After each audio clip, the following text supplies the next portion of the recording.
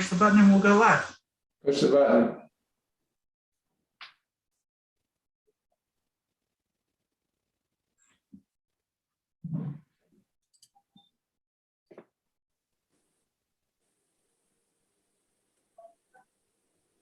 All right, should be live.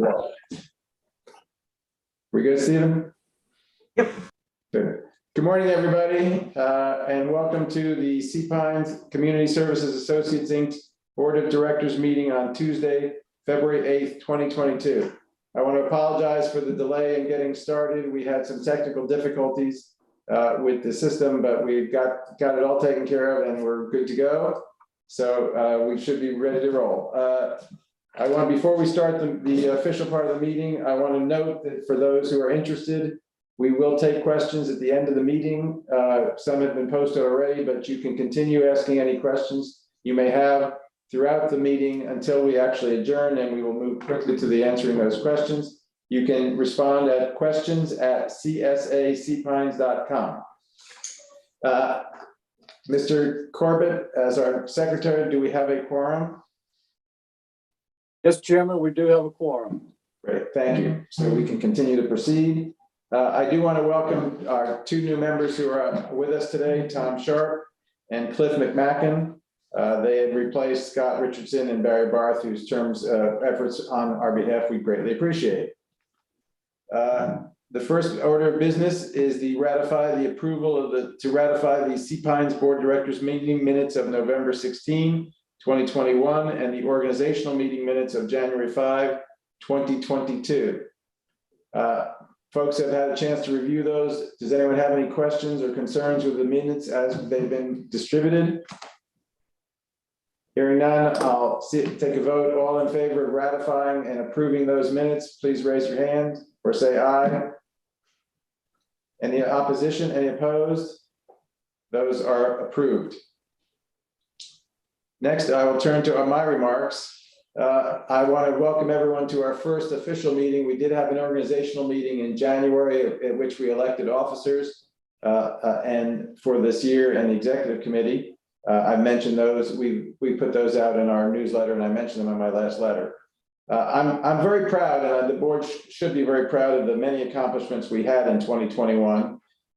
We got a referendum passed, the first one in many, many years, which allowed us to raise substantial amounts of money to finally start fixing our capital, our infrastructure, our roads, and our stormwater systems and other areas. I think the beauty of the passage of that referendum can be seen with the enormous amount of work and very successful work that's going on North Sea Pines Drive. I know we'll be hearing a little bit more about that from one of our directors later. But for the passage of that referendum, those roads would continue to be deteriorating. And for those who have been watching, reading the newsletter and the pictures that we've seen, you can see just the amount of work that's been put in to fix a road that clearly was no longer efficient or useful. And the amount of effort that's been put to replace well overdue electrical work and water pipes and everything else, cables that were underground that really were no longer needed or actually had deteriorated. So thank you to the staff and thank you to the community for passing that referendum. It is currently in litigation, but which I hope will be successfully completed this year. The other thing, we had a number of other great successes. After a lot of work by our land use management committee, we passed a significant revision of our land use management rules, which has provided enforcement for our land use manager in a way that we didn't have before. And I think it's safe to say that the very essence of the existence of an enforcement mechanism has worked to our advantage, and that very few homes are no longer fighting the requirement to comply with our rules. We've adopted parking rules for short-term renters as a first step in solving our parking problems. I know you've heard me say more than once that we are at full occupancy, and we clearly have more people in Sea Pines at certain points of the month than we've ever had before. We don't obviously have enough parking in certain places for the amount of people we have, and so adopting those short-term parking rules is a very good first step towards solving the overall parking problem. We adopted rules on leaf blowers, which will be implemented hopefully over the course of the next year or two, over the course of in that regard, which I hope will cut down on some of the noise problems that we have. Again, with the overwhelming number of people who are here and homes that are occupied, that's become a problem. There's still a lot of work to be done. We obviously have to continue working on our leisure trail safety in terms of speeds that are being used, including e-bikes, and dealing with the difference of technology of bikes that are capable of working on our leisure trails, and finding a way to maximize the use of those trails in the most safe manner. We obviously need to continue working on implementation of the rules we adopted for land use management, parking, and noise. And we have to work on better traffic control, since we clearly have problems at certain times of the year and certain times of the day in getting in and out of our community. And most importantly, we have the ongoing work to find additional revenue to meet the operational needs that cannot be met with our current budgetary constraints of our assessment. And that is part of the Revenue Task Force. As I indicated in my monthly letter, we are not going to be dealing with the Revenue Task Force today. At our meeting in November, our last official meeting, we adopted as a starting point the Revenue Task Force recommendations for the increased gate fees for commercial vehicles, a transfer fee on the sale of property, and a fee for business registration licenses for those who rent their property on a short-term basis. That was a preliminary decision to continue looking at those as potential revenue sources. I'm very pleased to note that we got a lot of comments from the community, some favoring, some opposed. And based on the comments that we've received, we are working diligently with the staff to continue to answer those and to provide background data and to fully justify whatever decision the board makes on those. So we're not going to take them up today. I do want the community to know that we are continuing to work on them, and that we appreciate the amount of time that many folks have put in to letting their views known, including other alternatives that they think we can use. Last, I do want to note, as we noted in our community letter this week, Sea Pines Property Owners Association has sent out a letter seeking membership. As they've noted, it was sent out as a bill, but it is clearly a voluntary organization. It's a great organization, but we do want people to remember that it was not sent out as a required invoice. It was sent out as a voluntary opportunity. With that, I will turn to the president's remarks. Carolyn Adams, did you have a question? Well, I just have I guess a point. It's a moot point. I was surprised to see on the new ASPO bill that there was no mention that it was voluntary. And this is not the ASPO board, but I think I would just like that comment made, because I personally got a number of calls from clients who were confused. So just hope that those of you who are on the ASPO board might take that under advisement, or the Sea Pines Property Owners Board might take that under advisement next year. Thank you. Yeah, and we have discussed this with ASPO's president. I think they understand that the confusion was created, and they are working with their membership and through the Sea Pines newsletter, or the CSA newsletter, to try and clarify that that is a voluntary organization. And though it looked like a bill, it was intended to be a request for membership. So hopefully that's been handled. But thank you, Carolyn. Those are my remarks, Mr. President. Your turn. Thank you, Mr. Chairman. I'll keep my remarks very brief. We're going to go through a lot of what we're going to discuss for last year in the director's reports. I do want to just mention our team has been struggling over the last couple of months with COVID. It has run through CSA. The Omicron variant has caused some challenges for us. I think we're on the other side of that now. It looks like we may be on the other side of it from our employee perspective. We're hoping that we'll be able to open up all our facilities fully at the end of this month. We do have some restrictions left on the occupancy at Tower Beach for the rentals, as well as for the community center. I expect those to go to full occupancy by the end of this month as things keep trending in the way they do.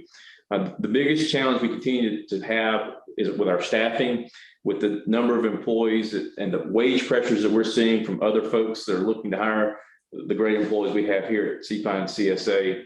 So we are working diligently to keep the folks we have and to find other folks to add to our team. But it is a challenge in today's market, and I think it's not one that's going to go away as we approach 2022 and beyond. We are, as we've said before, we're at the end of the line, we're the furthest away, and our community is the busiest on the island because of the nature of Sea Pines. And that's not a bad thing, it's just the reality of it. It takes the right folks and the special folks to come here and do the things that CSA employees do each day. And so we will continue to focus on making sure we've got the right people in place. The directors are going to go through a number of topics focused on the successes of last year and really looking for the challenges and what we're going to tackle in 2022. So I look forward to them doing that. The one new face is not really a new face, but it'll be a new face to this meeting. Jared Mays will be speaking today. I've done a bit of breaking out of the responsibilities between Jared Mays and Russell Fredericks, with Russell focusing more on the capital project side and Jared focusing on stormwater and the right-of-way maintenance. And both of those guys will be presenting today. And welcome Jared to the meeting and to the table with us. So that's all I have for right now, Mr. Chairman, but certainly will chime in as we work through the director's reports. Okay, thank you, Sam. Then we're going to move directly to the director reports. First is capital projects and community development. Russell Fredericks. Russell, welcome. Thank you, Mr. Chairman. Can you hear me okay? Yes. Great. Before I begin and go into an overview of some of our capital projects.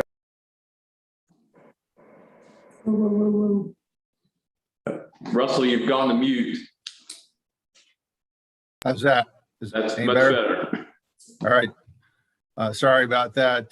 But before I begin any remarks, I just want to give a nod to Jared Mays and welcome him to this meeting. Well deserved on Jared's part. He's done a great job for our team out there in the field. So again, Jared, well deserved and welcome today.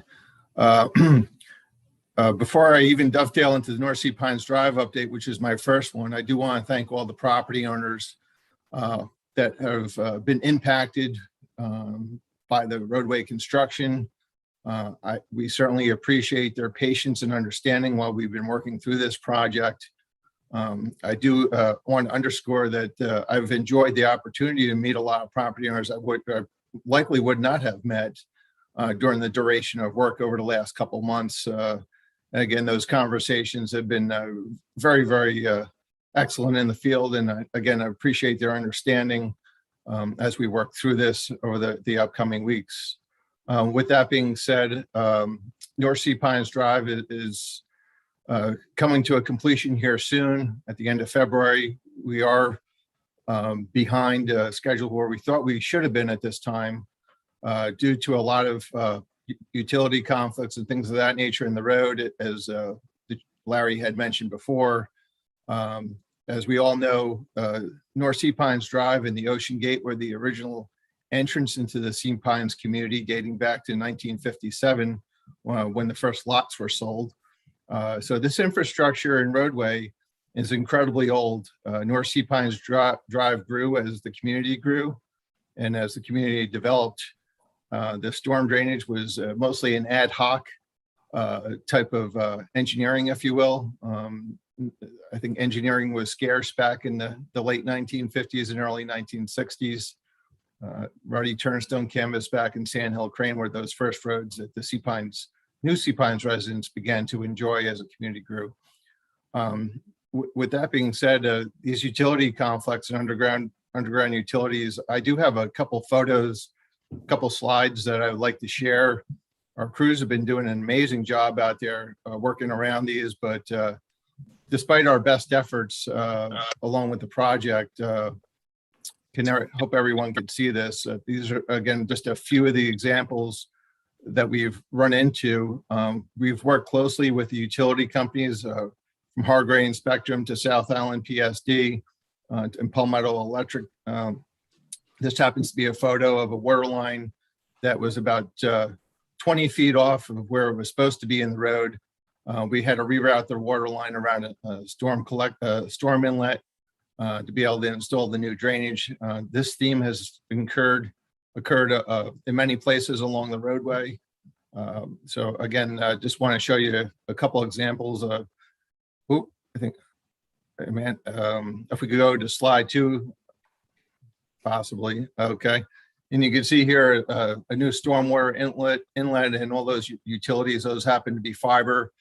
And then in the background, there's a water line that was in conflict with the new stormwater drainage. Unfortunately, when a lot of these old utilities, they're they're at all the wrong heights for us. And we had to go install these new pipes, and they're right in the way of hooking up this new utility. So in that second photo, you could actually see back in the day, likely Sea Pines Company built a what they call a conflict box in front of that drainage pipe, has a blue circle around it. And it was blocking a lot of the stormwater flow that had exited out to the lagoons through Catbird Lane. So we had to remove that conflict to allow proper stormwater flow. So again, these are a lot of things that we've been up against, a lot of challenges. I would have to say that to date, since being in my 5th year in Sea Pines, this is the most challenging project that I've had to deal with, and working through all these obstacles and challenges with our engineers and contractors. So we have one more slide, I believe. Again, here's another photo closer to Duck Hawk. Again, you can see all the utility conflicts. All this has to be hand dug, and that's where we've, again, unfortunately, spent a lot more time than we anticipated in these excavations. These utilities are all over the place. They're at varying depths. They're both marked and unmarked. They're 10, 15 feet where they're supposed to be. So again, appreciate everyone's patience and understanding while we work through the last aspects of the drainage install within the Sea Pines roadway. Roughly, we've installed somewhere around 3/4 of a mile of drainage pipe to date within the road and in the beach walks and the easements to take water out from the roadway out to the lagoon system. So again, quite an undertaking. And again, just want to share a couple of those slides so everyone has an understanding. Again, here's one more understanding of what we're up against. A lot of the soils out there as well are arguably beach sand. As the island grew many years ago, this beach sand is largely what's under the roads, and it's very loose. As we all know, when we try to go build a sandcastle at the beach, it often falls apart. And that's another obstacle that we've had to deal with in many areas. So I think that's our last slide. So again, appreciate the opportunity to show you firsthand some of this and these challenges we've dealt with out in the field. Again, just to highlight the project, Ocean Gate to Lighthouse Road, approximately 1 mile of roadway. We're going to be segueing into, once we complete the drainage work, into roadway milling and paving operations in the upcoming week here. We expect to start milling the road. Just to give you a couple other milestones, we're about 75% complete with the total project. Leisure trail paving and operations are about 60% complete as we speak. We also have new curbing going in select areas in proximity to Lawton Drive and the Ocean Gate. So again, these are a few of the highlights I just want to call attention to today. And we'll be following up with putting out some bulletins to the property owners in the coming days. One of the greatest pieces of the project in my mind is also improving access. The leisure trails in many areas were 5 feet wide and 6 feet wide. We've now established a 10-foot wide leisure trail from Lighthouse Road in the Beach Club area back to the Ocean Gate. Will be establishing new crosswalks to improve that connection between the leisure trail and the beach walks. As we all know, those crosswalks were not present through the many years of Sea Pines Drive. So again, this is again, overall will improve pedestrian safety, pedestrian flow up and down North Sea Pines Drive, having that access. Real quick, back to the milling and paving operations. We expect the milling to start up this coming week, and then we'll be segueing into the final portion of the project will be the paving operations. And then finally, in March, we do have to let the asphalt cure, but we'll be coming back with the thermo striping of the road and the crosswalks and leisure trails and all that aspect of the project will be the last piece of it as we complete the significant roadway work here later in February. Happy to take any questions about North Sea Pines Drive as we're speaking about it, and then I'll segue into some other projects this morning. So Jim Caskey, you had your hand up, sir. Yeah, Russell, thanks. And being a resident right off of North Pines Drive, progress always requires a little inconvenience, but the teams have been wonderful, not only on interaction, but in, trying to cue the traffic and keep the work going in that. So kudos on the logistics and management of the project. The question is, so you're looking to wrap up. How are we on the total budget? What was it and where are we against that number? Jim, thank you for the question. I appreciate your remarks. Our contractor has had those operations, the traffic control operations in place on a daily basis. Some days have been worse than others. Folks waiting to make their way through the construction zone. With that note, once we get to milling and paving operations, I would ask for a greater level of patience, as those operations will be more disruptive. However, not over as many days as the drainage work has been. Those one lane closures and so forth, as we did these roadway crossings, has certainly been a challenge. And again, I appreciate that conversation and feedback from you. And regarding the budget, we are on budget for the project. I've been meeting right along with Victoria and briefing her on, but we are on budget and we are on target again here to finish it at the end of the month with the project. Are there other questions for Russell? Russell, again, I thank the community for having faith in us a year ago and projecting what we thought would be out there. And to your contractor and your team, when you see what actually was under the ground and the amount of work that had to go in there, you can only imagine what would have been if we hadn't fixed it. And I know the folks on some of those T streets that have been regularly flooded out will be thrilled when heavy rains come and they can actually get in and out of the driveways. I know the people who bike those leisure trails will welcome the fact that they're actually significantly safer than they've ever been before. So again, I'm thrilled that we got the funding started to get there, and I really appreciate the effort that you and your team have put in to getting this done. It's a little taken longer. That's always going to be the case, and certainly the community has been great in cooperating with traffic. But when we look at the effort that had to be put in to fix these roads, it's quite a project, and I'm glad we got it started when we did.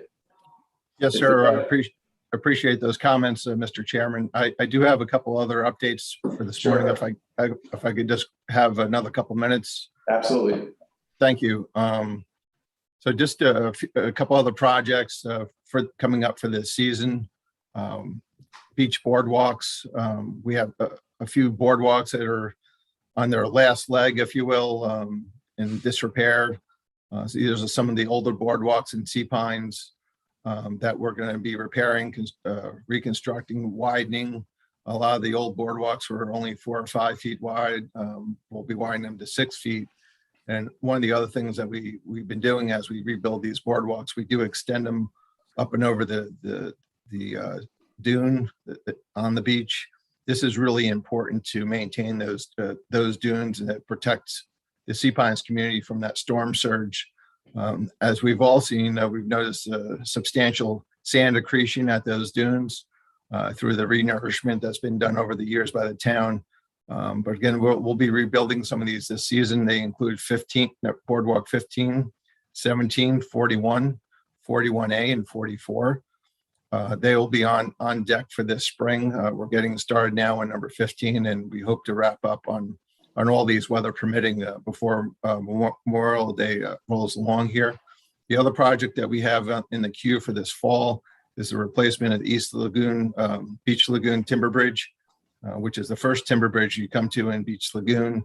It's also in need of a substantial repair. A couple other projects that we're looking at right now is a leisure trail connection that's actually outside the gate between the Ivy Road area, the Resort Welcome Center, and the commercial plazas beyond. There's a ditch that kind of breaks that connection between Sea Pines and the rest of the community out there. So again, we're looking at that in conversation with the appropriate parties to see if we can move that project forward in the coming year, but that would improve pedestrian access and bike access outside the Sea Pines community and beyond. So those are the projects that we have in the queue. If anyone has any questions on those, happy to take those, any questions at this time. Otherwise, I'll move on to a quick land use management update. Any right, questions great. for Russell on capital improvements? Seeing none, Russell, you can do land use management.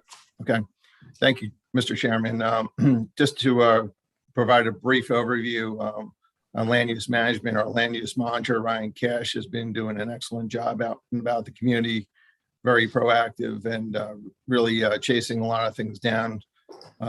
November through end of January 22, we've had approximately 95 violations, and most of those falling in the landscaping, maintenance, and unsightly categories as the top three.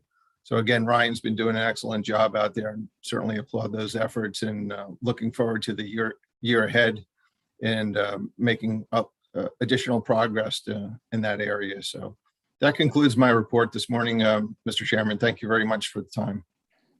Thank you, Russell. Any additional questions for Russell? Russell, thank you again. Great job. We'll move then on to communications and Ms. Sutcliffe Jones. Amanda? Good morning, Larry. Can you hear me well? We can. Thank you. Perfect. Thank you so much. Good morning again to the rest of the board members and to the staff that are in the conference room and joining us on the call as well. A couple of quick updates and comments from the Sea-Pine CSA Communications Department. I, like Russell, want to echo welcoming Jared to the team, as well as a congrats to Russell on managing the new capital projects department, both well-deserved via both gentlemen. So welcome to Jared, and congratulations again to Russell. A couple of quick updates for the 2021 accomplishments. These are very high-level accomplishments from the communications department, but I did want to mention these really briefly. The communications department continued to assist all Sea-Pine CSA departments in passing important information and updates related to the projects, programs, and services that we provide from a CSA perspective. Increased our communications via our weekly emails. So we hope that our members are seeing those photos that are coming from our maintenance teams, from the North Sea Pines Drive project, really kind of understanding how much work goes into what the teams do. We also introduced in 2021 a specifically targeted monthly renter communication email that goes to our rental management companies, as well as those property owners who rent out their properties. That seems to be very successful for us to continue to keep that group updated. We also successfully introduced online voting for our board of director elections. Quite pleased with the turnout there. So that certainly is something that we look forward to continuing into 2022. Again, just to get back to the conversation about the, really showcasing what the teams do. We really tried hard in 2021 to do that. We'll continue to do that into 2022. Our CSA teams are so busy out there working hard for our members and working hard for the community. So really, it's a pleasure and privilege of mine, in conjunction with my communications coordinator, Stephanie Farah, for us to be able to really showcase what our teams do for the community. And we continue to look forward to be able to do that. So moving into 2022, just a quick update for a couple of things that we have coming up. Our annual meeting has been scheduled for May 3rd. It'll be at 10 a.m. in the morning. That meeting will be live streamed. Members should expect to see proxies be submitted to them in the March timeframe. We're also looking forward to being able to run an online proxy for submission of proxy. So hopefully that will increase our participation from a proxy perspective as well. Again, I mentioned the Sea-Pine CSA weekly communications. If you are a member of CSA and do not receive those weekly communications and you are a property owner, we want to make sure that information is getting to you. Please reach out to us if you would like to join that email list, and staff will be happy to get you added. Wanted to make a quick reminder as well of our online opportunities through our website. That is a big one that I did not mention a little bit earlier. In 2021, we launched a fully redesigned website. We hope that's been very useful to our members, and not only to our members, but also the general public who might need to learn more about what Sea-Pine CSA does. But there is lots of opportunities on our website, seapinesliving.com. For members, you can make requests to almost all of our departments. You can make requests to our maintenance department for mulch delivery, mailbox repairs, lots of things that you can do that might make it more convenient for you to do those things online. And you can also replace your property owner ID card or even request a property owner vehicle decal as well. The last reminder I have is about our Facebook page. That's a great resource. In addition to posting our information on our website, we also use our Facebook page as an outlet to communicate as well. That's facebook.com/cpinesliving. And finally, if we can be of any assistance in the communications department, please feel free to reach out to us. Our general info inbox is info@csacpines.com. And as always, our front desk and admin office can be reached at 843-671-1343. That is my update, Larry. Any questions for the board? I'm happy to take. Any questions from the board? Thank you, Amanda. I do want to encourage the community who's watching to read those weekly updates. As Amanda notes, they provide information about what's going on, not only in each of the departments at any given time, whether it's land use management, finance, construction, and they often answer a lot of the questions which I then sadly see on other Facebook pages. I also urge folks, if you have a question for CSA, you're more likely to get an answer if you write to CSA directly or go on CSA's Facebook page than if you use other social media where you're dealing with people who are getting things secondhand. So the communications department does a great job of answering questions when they're asked and putting out information. We appreciate that. And I urge you to use the resource that is CSA when you have questions. I think you'll find the answers to be far more accurate than I occasionally see on Facebook. Larry? Yes. Just a quick question for Amanda. When you talk about sending out the weekly emails, which I think the pictures and the content are great, what kind of readership do you think we're having across the community? So we are right now at about a 55% open rate. That is for the type of work that we do, quite a strong open rate. In my opinion, we do have those that, you know, sometimes are disengaged. So we might get the email to their inbox, but they may not open it. So again, we encourage you to read what we're sending on a weekly basis. That includes the information that Larry just mentioned about project updates. Maybe there's something specific to your area. And not only do we send weekly communications, but we also send targeted communications when necessary. And that might be a great example to use through the North Sea Pines Drive project. On some cases, we ran into some utility conflicts and issues. So certainly we're communicating on a localized basis. If there's some issues that we run up against, maybe a power outage affecting a certain neighborhood, we also will use those as necessary. So again, a lot of important information. We want to make sure it's getting to you. We're posting those updates on our website and our Facebook page as well. But that email is a really great resource for CSA to communicate with our members. And we hope that they take advantage of it. Any other questions for Amanda? Tom Sharp? Yes, that was a good question, Jim. I'm curious as to how many property owners we actually have in the system. If we're opening at a 50% rate, how many folks are connected to you, Amanda, do you believe? So of our property owners in general, we actually have a very strong base of those. So we have all but about 30%, not even 30, excuse me, all but about maybe 250 emails. So that's, you know, we have to keep in mind that you and your spouse or you and other property owners and your property may not all have provided email addresses to CPine CSA, but we are at least reaching that group with the exception of that number that I just mentioned. So again, that was a big push for us, and we're continuing to push for requesting emails so we can communicate in a most efficient and effective manner. And right now for us, that is through email, in addition to our other support communication channels, such as our website and our Facebook page. Thank you.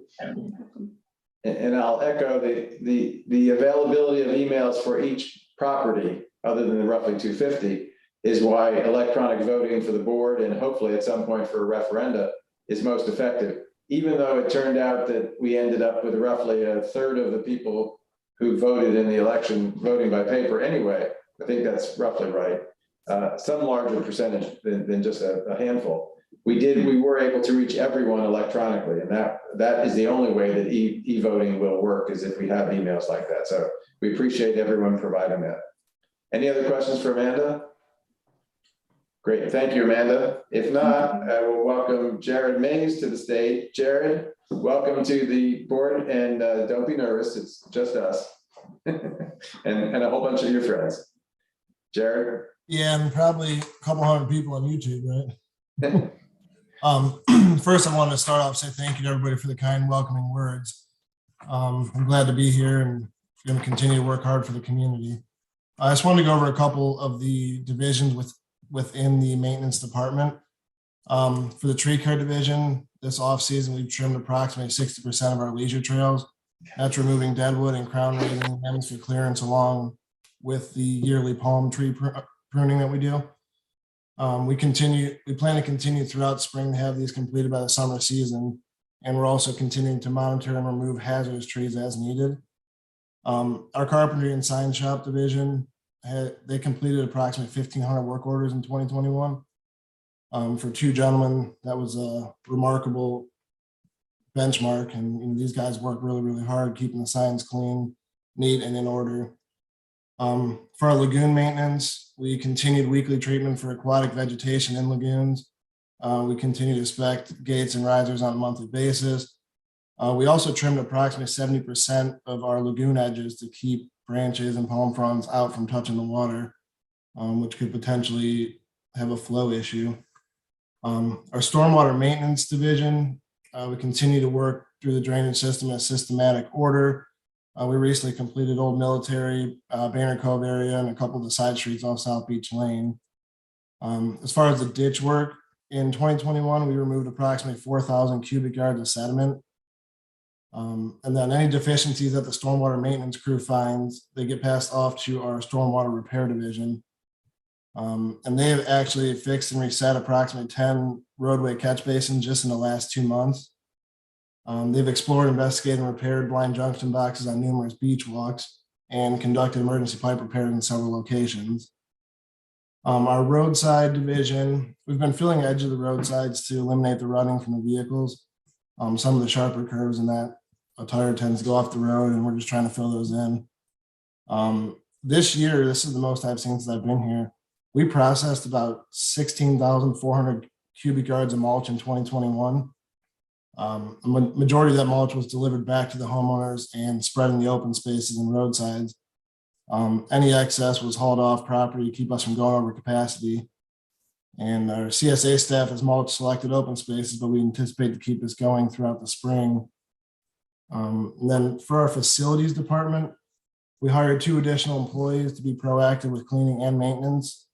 We also have the ability to respond to emergencies, hopefully almost immediately now. Having staff in-house will allow Tower Beach and Community Center to be cleaned and maintain the higher standards.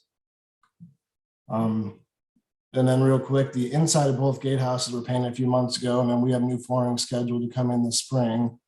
And the exterior of the CSA admin building is having some repair work done, along with new paint, and that should be starting towards the end of this month. That concludes my report, Mr. Chairman, and I'm happy to take any questions.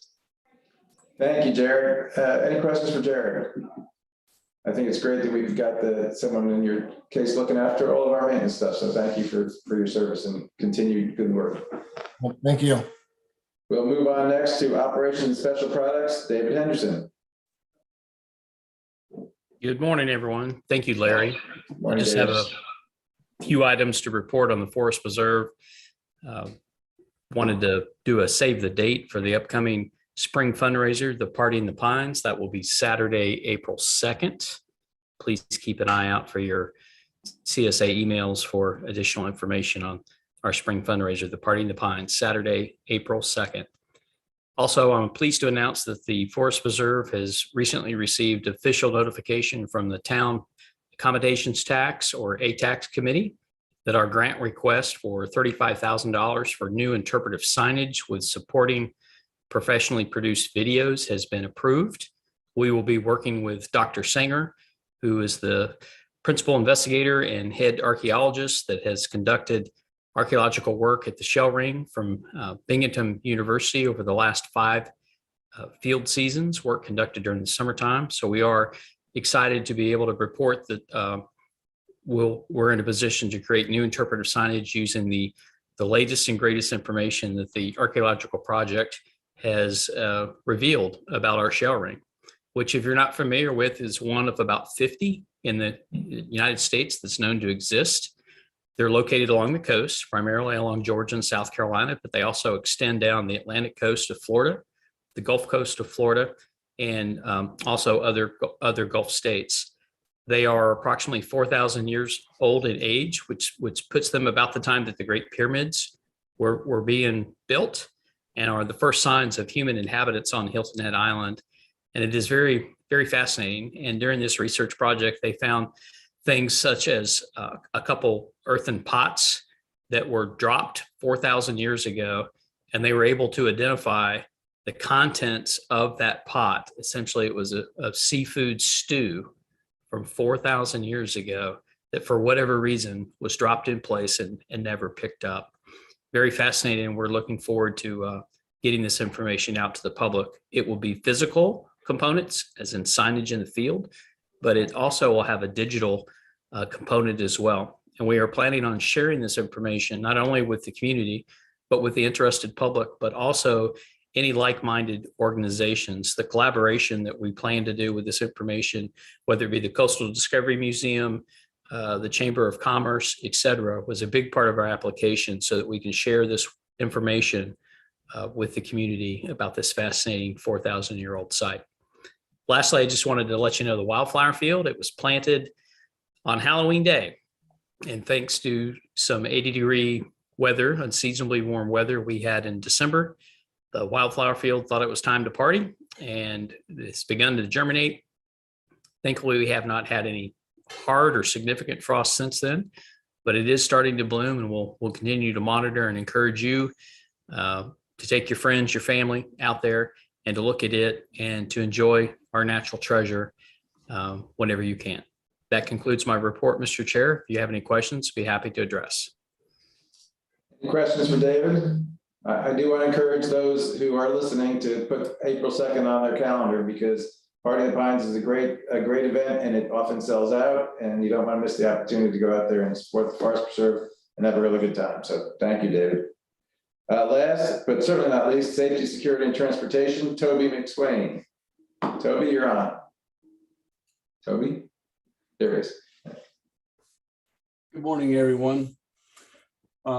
Since our last report was back in November, I would like to bring everyone up to date on the 2021 year-end calls for service. We finished 2021 with a little over 36,000 calls for service. And I would like to just kind of briefly touch on some of the calls that we responded to. And a lot of these are repeats for year over year, but the numbers seem to continue to go up. 911 hangups, 567, activated alarms, 550. We had 7 animal bites, 261 ARB violations. We assisted fire and EMS on 118 calls. For 2021, we had 36 motor vehicle break-ins, 7 burglaries of homes inside of Sea Pines, covenant violations, 766, domestic animals, which animals running at large, 207, fallen person on a bicycle. We had 48 reported to us in 2021, and none of those that we have responded to involved an electric bike.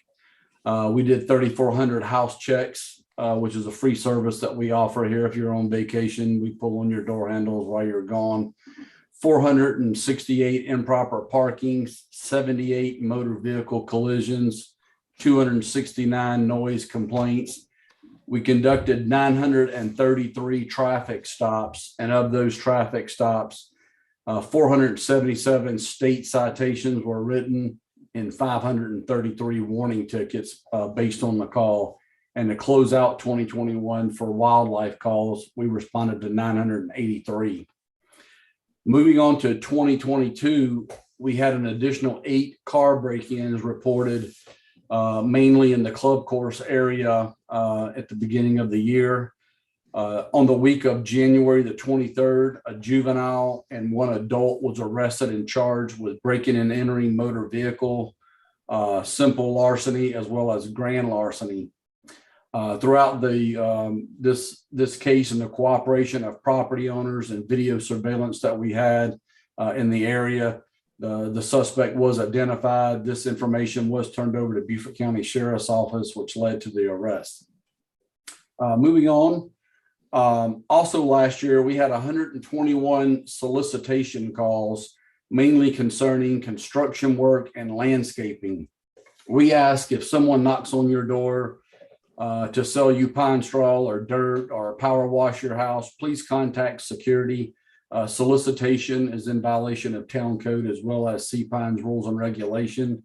Most of the calls that we responded to involved a property owner that basically gave these vendors money in return that they would come back and complete the service, which they never did. We did identify a company out of the Savannah area.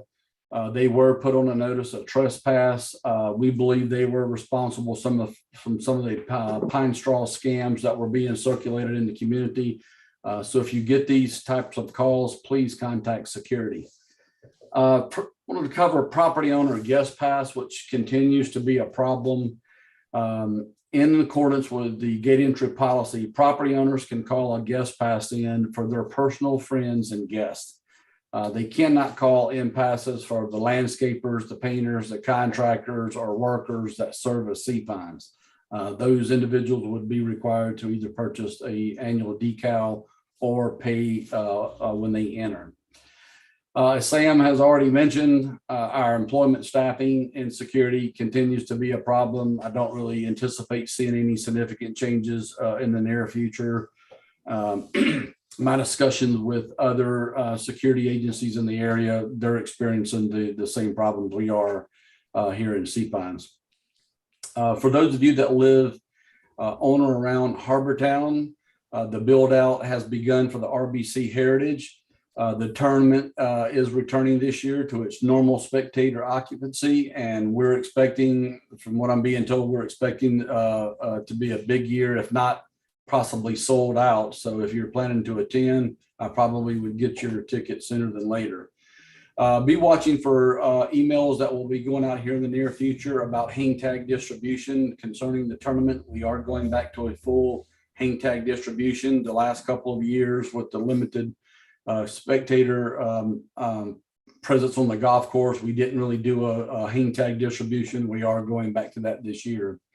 The Heritage Trolley will operate during the tournament, and it will operate out of Lot 4, which is directly across the street from CSA. That lot is available for property owners, relatives, long-term renters, and short-term rental guests can use this lot during the week of the tournament. The beach trolley will not operate during the week of the tournament, the Heritage. The regular trolley service has been finalized. The beach trolley will begin March 25th, and the regular season trolley will start May 27th. We will also continue to staff Tower Beach with an attendant, and will do so after the gate arm is put into operation here in the near future. We are working with our vendor to ensure everything is operational before we begin issuing a new embedded ID card to all of those property owners who want access to Tower Beach that will operate the gate arm. CSA 360. This project is, I'm really happy to report, is coming to hopefully a conclusion. We have tested the software. It is ready to be put in operation. However, with the supply chain issues that are crippling the country, we are waiting on the new hang tags that was supposed to have been delivered in December to arrive. We were told they're somewhere off the coast of Galveston, Texas, and scheduled to be delivered in March, and that's what we're hoping for at this point. We are continuing to work with the CSA 360 engineers on the remaining modules for this software, which would involve our security dispatch as well as our patrol division. We received numerous calls about the pedestrian gate at Ivy Road, which is up near the Greenwood Gate. That gate is 29 years old.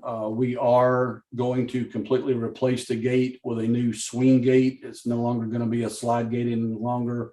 And as with the supply chain issues, we're waiting for that equipment to arrive as well. And finally, I would like to commend the Security Administration, who just completed our annual commercial decal renewal process. They issued over 4,000 decals. So we've got, because yesterday was our final cutoff day for those vendors who come into Sea Pines. They've got to have either a decal or paid when they come in daily. I think the front staff, they worked through 4,000 applications to get this process completed. And that concludes my update. Are there any questions for Toby? Toby, it's the Dave Ellis. Unmute, please. Toby, you mentioned using hang tags for 360. Is it going to be hang tags or decals? It will be a hang tag. So when a daily guest person would come into Sea Pines, we have new printers that's been installed instead of the old square pass that we had. We're now going to a printable hang tag version that will be distributed at all the gates as well as the Welcome Center. Okay. David, the decision to do that was based on the ability for us to get a better idea of daily visitors, and it makes it easier for the officers to determine by driving by to see if a visitor is a daily visitor or a guest or a resident that's just got a temporary, not decal, but a paper display tag. So it would just be the daily visitors that have the hang tag we're talking about.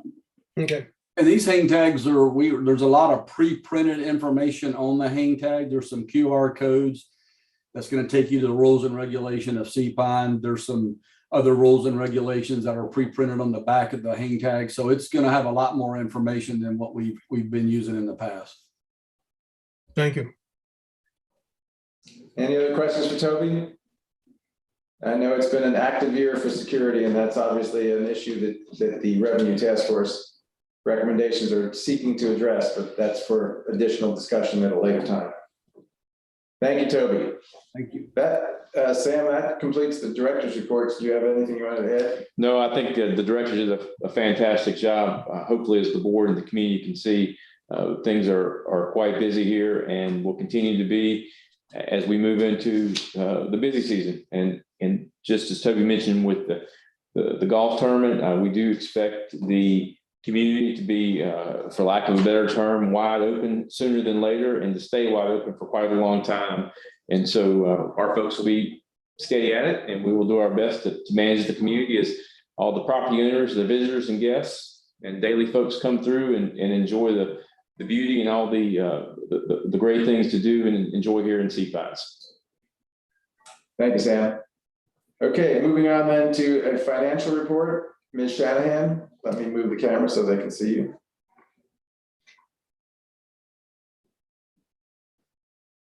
There you are. Thank you, Victoria. Thank you. Since you skipped me for the director's report. Oh, we sure did, didn't we? I'll combine everything. I knew you were coming up. Yeah, I know.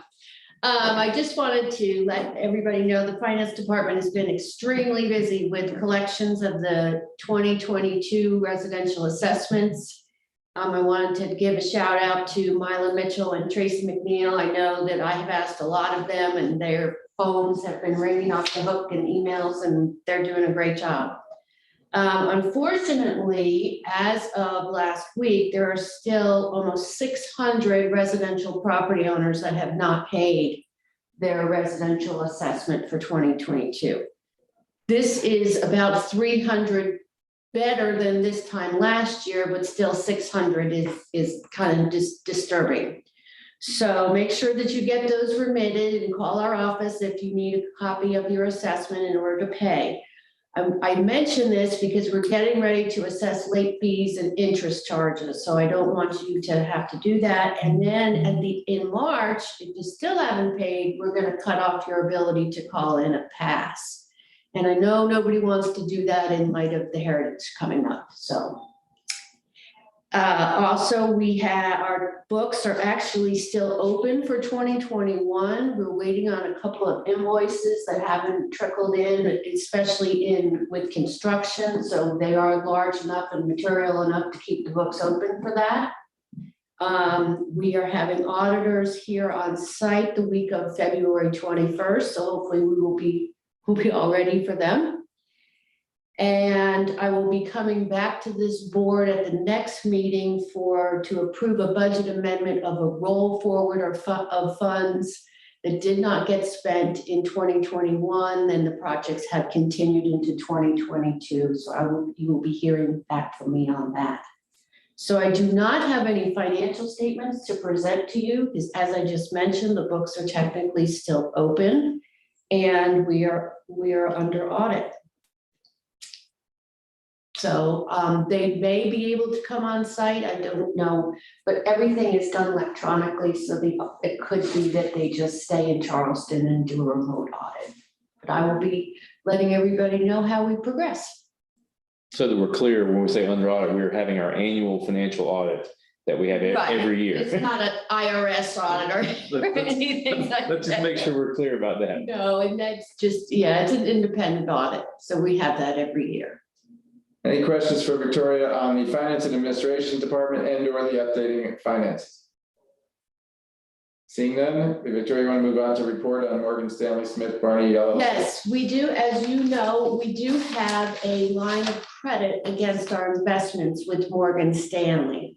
And that gets renewed every couple years, that line of credit.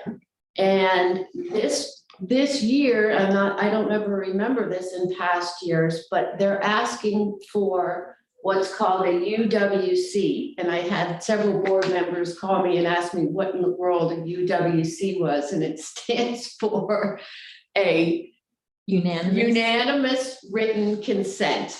So I need all 17 of you to sign this document. That's what they're requesting. So Sandra's going to be passing something around and asking you to sign it. So I wanted to give you a heads up that that's what's coming.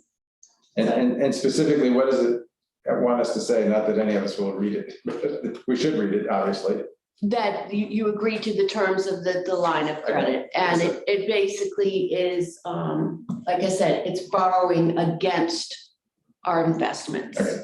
And when I say we did, it's not negotiable. We either sign it or we don't. That's correct. The terms have already been, Okay. Okay, I urge folks when they get it to please sign it quickly so we can get that out of the way. David Ellis? Unmute. David. You need to unmute. Okay. There you go. Why unanimous consent and not adopted officially at a board meeting? That's a very good question. I do not have an answer for that. Like I said, I don't remember ever having to do this in the past. Sandra's nodding her head over here. So I'm not, maybe Morgan Stanley, it's with Morgan Stanley, maybe they have changed their regulations. Okay. Okay, and any other questions for Victoria on finance? Okay, hearing none. Let me move the camera again.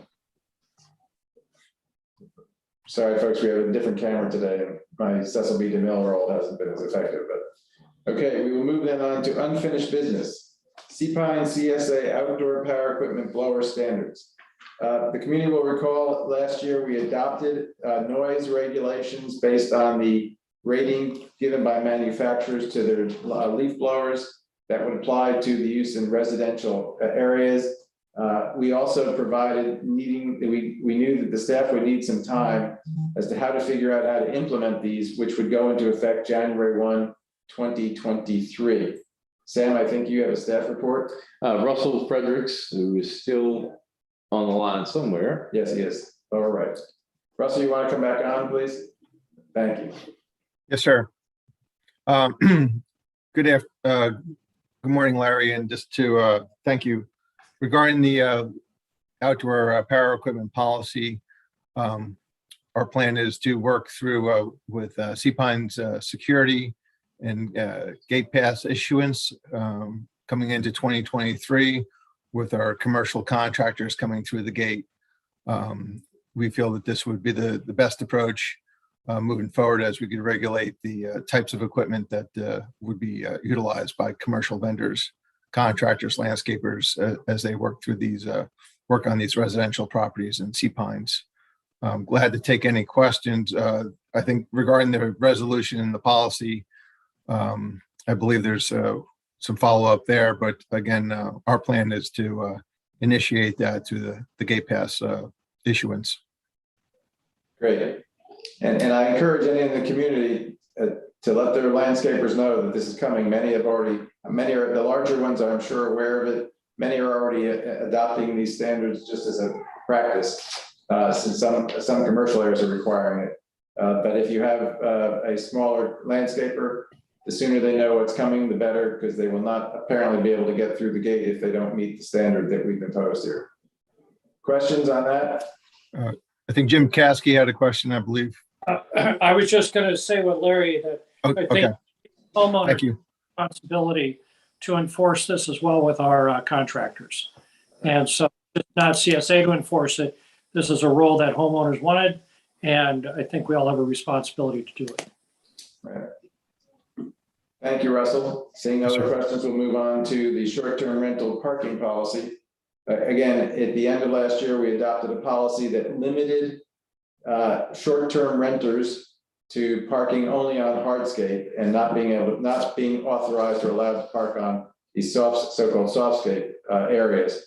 That we chose as an initial matter to impose it on short-term renters because clearly they should be limiting the number of parking passes that they get to the hardscape, and yet we've found all too often that they're bringing in far more cars than the hardscape can accommodate. And that's creating a lot of problems in the neighborhoods where there's a lot of short-term renters.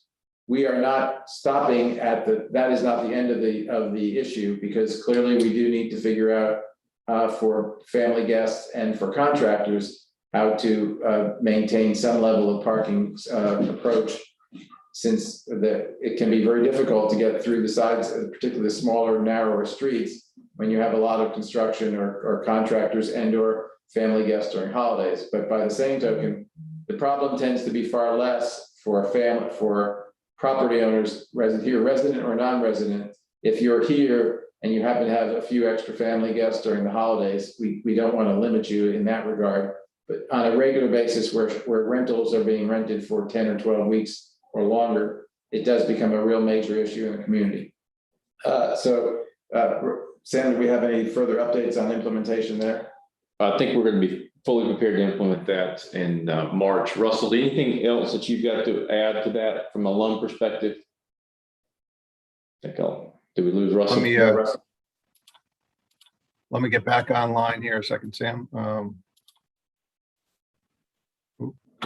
Can you hear me, Larry? Yes, we can. Okay. Russell, go ahead. I think there's an issue with the video, but go ahead. As Sam just mentioned, we plan to tackle this task with our land use management department, and Ryan Cash being out there working hand in hand with Sea-Pine Security to follow up on any infractions regarding the parking of short-term renters in the hardscape areas. If we do find vehicles parked on lawns and places like that, we'll certainly be issuing those violations as they come to us. Great, thank you, Russell. And I should note, obviously, daycasters are not authorized to park in any of these areas anyway, so that's a second level of concern. What we're doing is adding short-term renters to the restrictions. Thank you, Russell. The next is we have a Sea-Pines CSA roadway infrastructure acceptance application policy. We've been approached over the years by neighborhoods that own their roads, and there are still several in Sea-Pines that where the roads have never been transferred over to Sea-Pines, and they're owned by the community, the private community. We had recently a community ask us if we would undertake to take responsibility and ownership of the roads. And that's a major undertaking. And so we wanted to update and adopt our CSA roadway infrastructure acceptance application policy. This is in the board packet and it will be published if we adopt it. Sam, do you want to speak to this? I'm happy to speak to it, Larry. The goal of the policy was to make sure that CSA, if we were going to take over a private POA's roads, that we didn't accept any additional liability or responsibility on the rest of the CSA members. So it really requires that before we would take over private roadways, that they be brought up to the standard that CSA has set and created. It lays that out very succinctly in here in the process for doing that. Again, Russell Fredericks, Russell has been on the spot with all this and has worked through this. Very comfortable what we have before the board, that the board adopts this, that if a POA is willing to go through the process of following this acceptance policy, that CSA, the other CSA members will not be accepting any additional liability, that everything will stay at a level playing field, and that those roads and drainage and those things that go with the acceptance policy will be appropriate. And so that was the goal of this, to make it fair to CSA, but also give the requesting community an opportunity to bring those roads under us if they chose to do so. Happy to answer any questions. I believe this is up for a vote. Yes, sir, it is. We're asking for the board's approval, and so we can share this with any POA that approaches us. And they will be published on the seapinesliving.com. Yes, sir. Are there any questions about the proposal that's been put, the application and policy that's been put before the board today? Seeing none, I'll accept a motion to accept and adopt the policy. Mr. Thompson, Mr. Borghese seconded. All in favor, please raise your hands or say aye if we didn't see you. Are there any opposed? Saying nay. Here, seeing none, the policy is adopted. And again, that will be put on the Sea Pines Living for any member of the community that's interested, or any community that wants to talk to, that has an interest in having us take over their roadways. Next on the agenda is an update on the Sea Pines Revenue Resources Proposal. As I indicated in my opening remarks, we did receive a lot of comments from property owners giving their views on the proposals that we put forward. I'm saddened to see that a number of them didn't appear to have the actual proposals in front of them, as they seem to believe that the dollars involved in particularly the business short-term renter business license was far greater, would have had a far greater impact on their business. But the more important thing is, in response to those, we have asked the staff to do a much deeper dive into the information that was provided to the Revenue Task Force and the board, so that we can get in even greater detail the justification for the actions we may decide to take.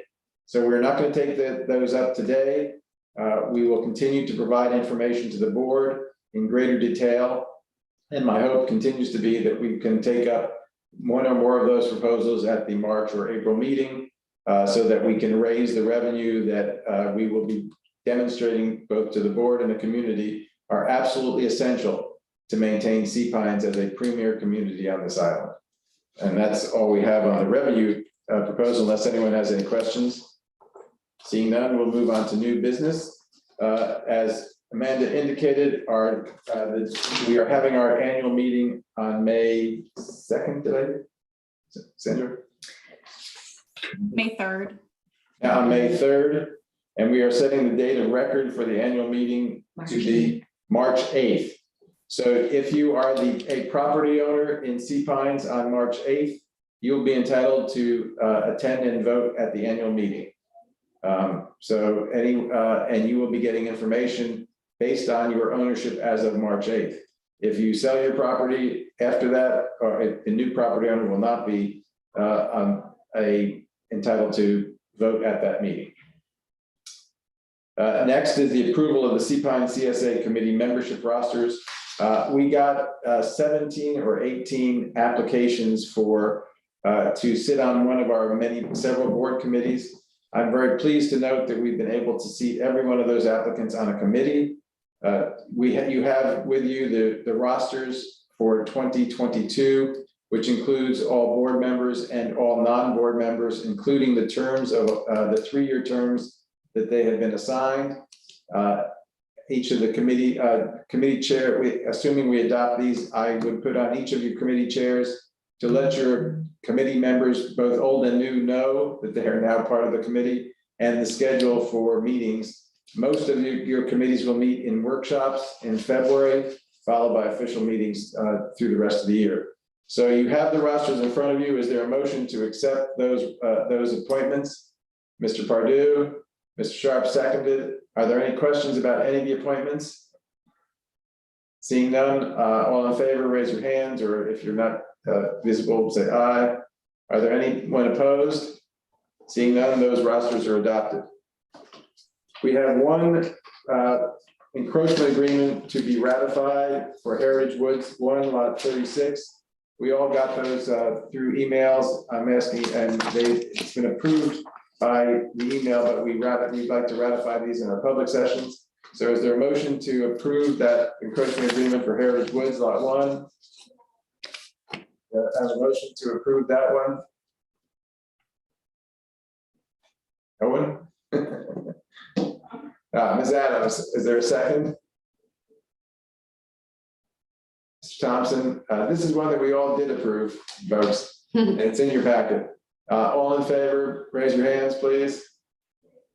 Anyone opposed? Seeing none, that is accepted. Is there any other business that the board members want to bring before the board right now? Mr. Chairman, I think Mr. Birdwell wants to give a brief update on the activities down in Harbortown, if that's acceptable. Absolutely, Steve, go ahead. Don't want to add to the long meeting here, but just a couple of quick updates. The quarterdeck, I know there's a lot of interest in the community and among the board, and our construction's gone very well there at the quarterdeck. We have had a few setbacks with some supply chain issues and equipment that we're still looking for.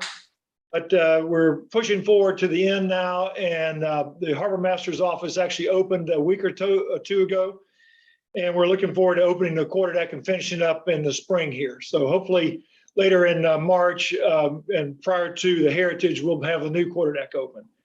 Also, we have the inn's been closed for about 3 weeks. It opened up last weekend, and we've completed some great improvements at the inn and the lobby areas. We're still waiting on some new furniture to be delivered, but it's back open. The bar is open. We encourage the board and the community to take advantage of the inn and come in, and it's open to the public. At the Plantation Club, we've also been closed there at Fraser's for a couple of weeks as we've done some work on our flooring, wood flooring there at the Plantation Club that's been completed, and the restaurant's back open today. And we've made some great improvements and making some great improvements to the practice range area at the Plantation Club. And you'll see some of that work that's ongoing and should be finished in the next 2 weeks.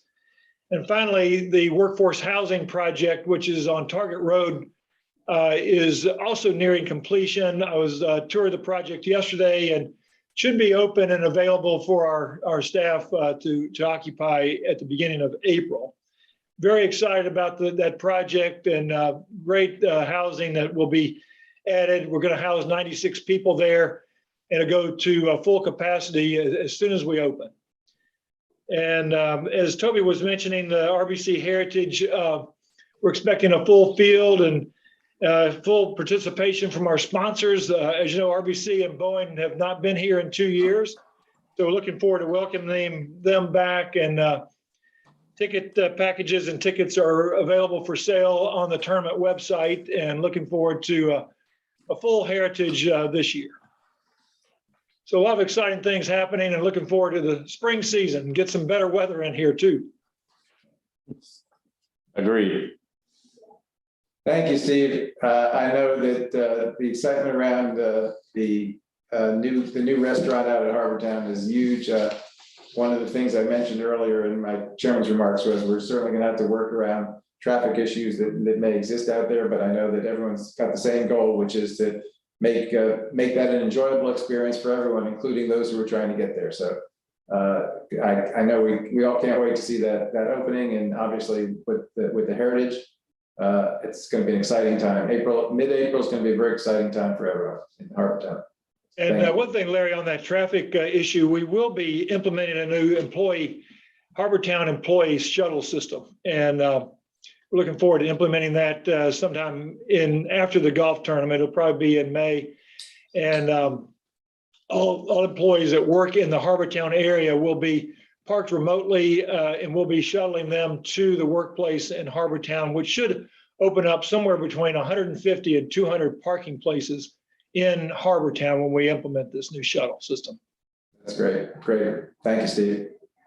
Okay, if there's anything else to come before the meeting, if not, I'll accept a motion to adjourn.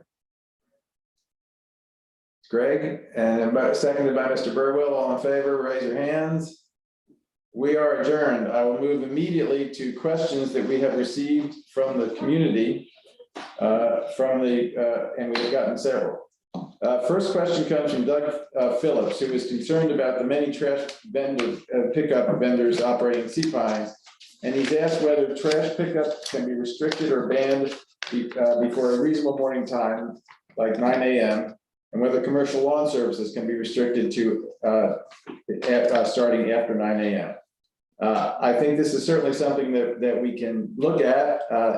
Obviously, when we adopted the noise restrictions, we did consider time, and we do want to make sure, though, that there is enough time, given the number of homes in Sea Pines, to do the work. But I'm going to refer this question to our safety and security and to our gate pass committees to look at for the board. And if they would like to make recommendations during the course of the next several months, we will be glad to take them up. So thank you, Mr. Phillips. Question from Rogue and Leslie Vargas Prada, the Tower Beach Gate. I understand it is still the plan to repair, replace the access gates at Tower Beach. When will this be implemented? Sam? As Toby mentioned a little bit earlier, we expect to implement the gate back into service when we go into full service with CSA 360.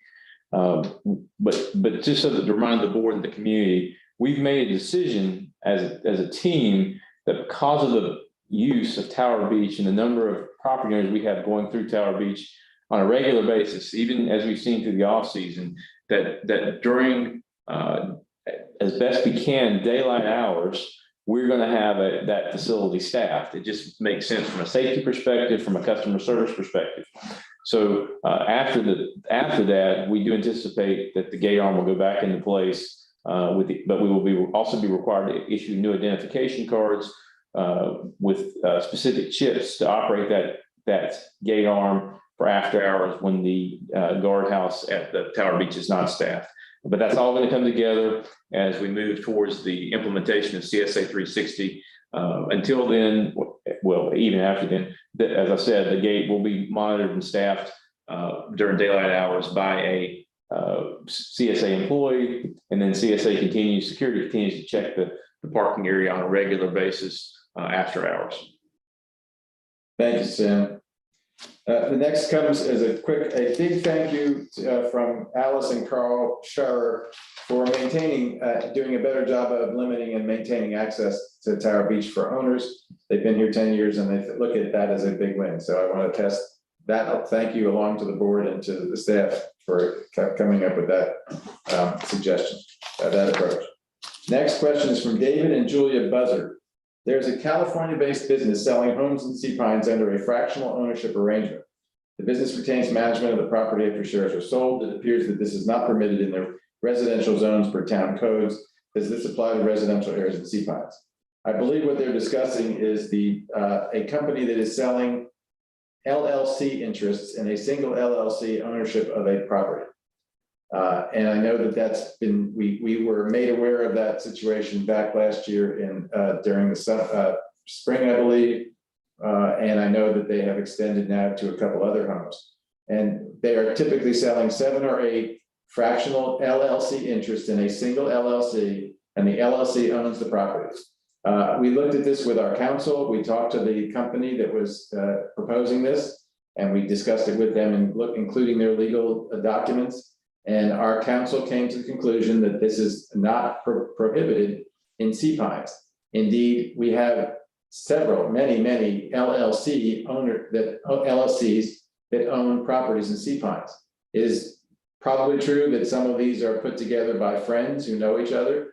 Others are put together by family members who know each other. But at the end of the day, it's a single LLC that owns a single property. And that's the way the ownership comes. And so our council determined that there was nothing that was prohibited in Sea Pines in that kind of ownership. I think that our council's conclusion would continue if they were to sell additional homes with that approach. So the answer to the question is, in Sea Pines, we have determined that the approach that company is taking in a single LLC owning the property by strangers having to be members of the LLC as opposed to people who know each other. The next is a series of questions from Bob Quinn. I will try and narrow it down to the questions that he's raised. He's pretty much consistent with other comments that we received concerning the Revenue Task Force. He's said we are now asking for roughly 2.5 million per year from fees paid by renters and $1 million from previously discussed real estate transfer tax. How is it possible that we need this much money?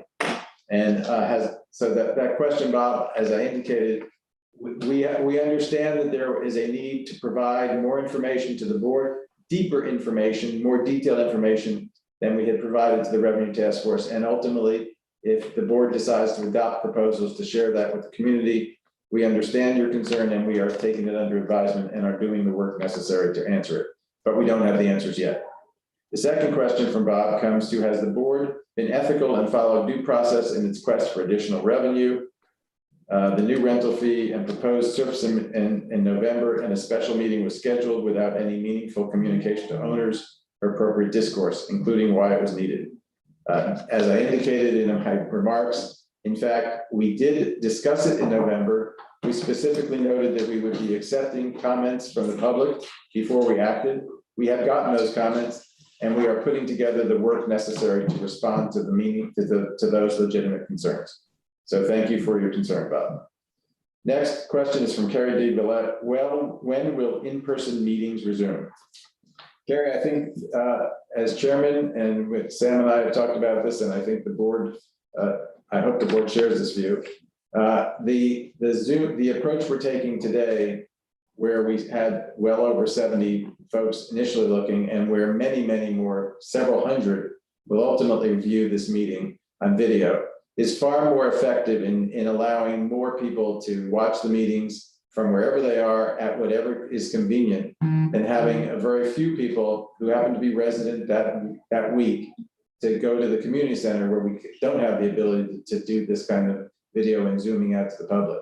And so from our perspective, we think this is a far more effective way. We do take questions. As you've seen, I'm reading them now, and members of the public who have a question or concern have the ability to express them through the meeting. So other than their ability to soapbox with a microphone, we don't see anything denied there.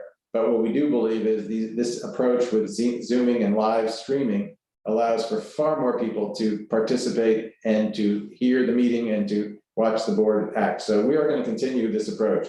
I know that other governments have taken a different approach and are happy to have the 30 or 40 people who want to show up without giving the rest of the world the benefit. But we think this is a far more effective way of allowing our members, our 5,400 or 5,800 members, and those who want to participate at their leisure. So we are not planning to open in-person meetings anytime soon. Obviously, that things change over time. Next question is from Bill Schroeder. Can someone explain why the Greenwood Leisure Path gate on the Harris Teeter side, which is a new gate denoter, is not working again? Russell, if you're there, or Toby, I'm not sure who has this question, or Sam? I would leave it to Russell or Toby. I don't know the answer to it. If it's not working and it's a new gate, it's because it broke and we're going to get it fixed. Those gates break regularly, unfortunately. And the biggest challenge we've had when a gate or a piece of equipment breaks now has to do with supply chain, is getting the replacement part associated with fixing whatever is breaking. And the gates have been a real challenge to us. Russell, anything to add to that? Thank you, Sam, and speak on Toby's behalf regarding the gate by Ivy Road. A new gate has been ordered for that location. Unfortunately, with the supply chain issues, as we all know, it likely will be delayed. The gate that's in place was repaired, but again, a new gate has been ordered for that location. Is there a problem on the other side, Toby, the Greenwood side, the Harris Teeter side? Or I'm sorry, Russell? I'm not aware of an issue on the opposite side of the road by Harris Teeters. Yeah, I've not been made aware that there's a problem on the Harris Teeter side, Okay, but we will follow up. Bill Schroeder, if you are aware of it, please call the CSA office and let them know. You can call security or you can ask for Russell, and if it is a problem, we'll fix it, if it can be fixed. The next question from Brad Peffel, how do we get on the list for communications specifically that sent to owners who rent their unit? If you can send it at info@csacpines.com, Amanda will make sure you're on the list. We do maintain a list of property owners who rent. We use that list on a regular basis to get the word out as to what's happening with short-term rental issues.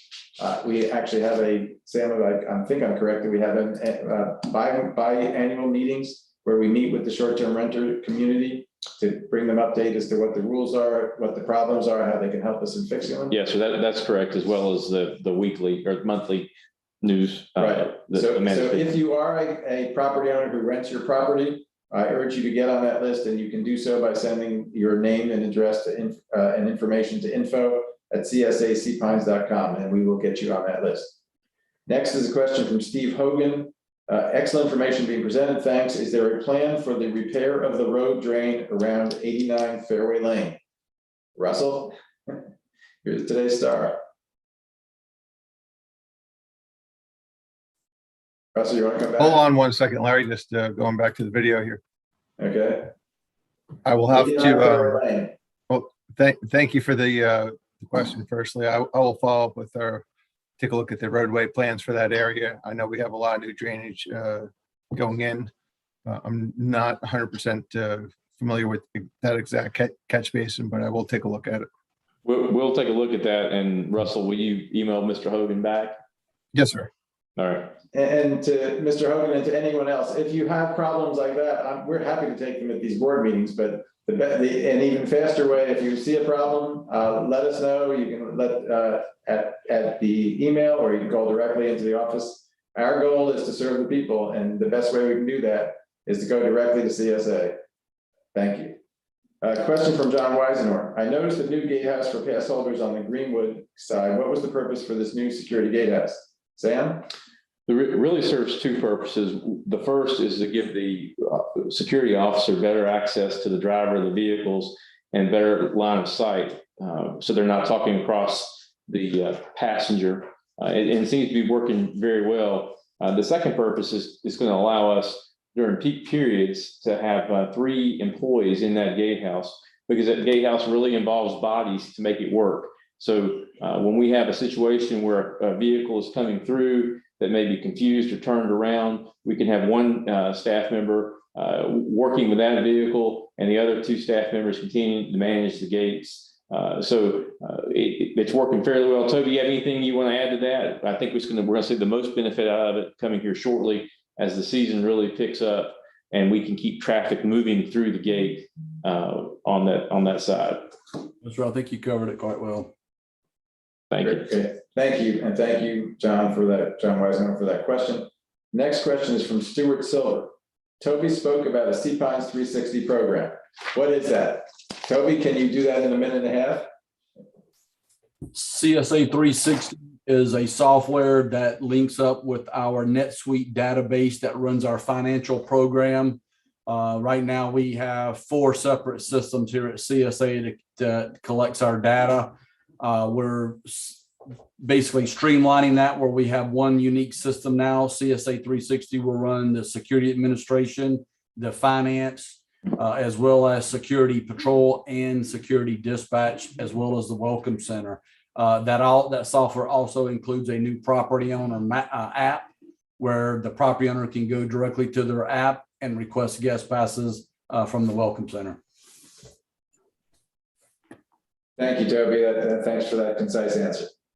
And that is a project that we've been working on a long time as a way of ultimately improving our IT. And for anyone who's actually had to implement IT improvements in a company of our size, I think it may not have gone as fast as everyone would like, but it certainly has moved forward, and you want to get it right when you actually implement it. So thank you, Toby, for all the work that you and your group have done. Two more questions. One is from Brad Downing. Will the board consider excluding property owners from the leaf blower ordinance for personal use of their own property? I believe the rule, and I want to confirm this, but I believe the rule applies to commercial vendors. It does not apply to personal property owners. I would urge folks who haven't yet bought a leaf blower or who have to get a new leaf blower to look into the most quiet leaf blower that you can find as a courtesy to your neighbors. Hopefully you don't need to have a large gas-powered leaf blower to do your area, but if you do, obviously you will. But right now, the ordinance only applies to commercial vendors, so not to personal property. And last question from Bill Schroeder, another question. Please clarify your remarks about committee applications. We have spent a lot of effort to try and make sure everyone who applied got onto a committee. In fact, if you applied, you will be assigned to a committee, and those rosters were just adopted today. So you should be hearing from the committee chair of the committee you've been assigned to, letting you know that you're on their committee and that you will, and with the meetings scheduled, it's applicable. So be assured, if you haven't heard, it's only because today was the first day that we finalized those rosters. Amanda, did we get any additional questions? Thanks, Larry. I did bring 2 additional questions in. I got those. I'm happy to read those off for you if you'd like me to. That might be easier, or. I got the ones from Brad Downing and Bill Schroeder, the extra 2. There was 2 additional ones that I provided to Sam. Yeah, I got those. So I thank you to the community for those questions, and thank you to the board for sitting through. With that, we are adjourned. Bye, everybody.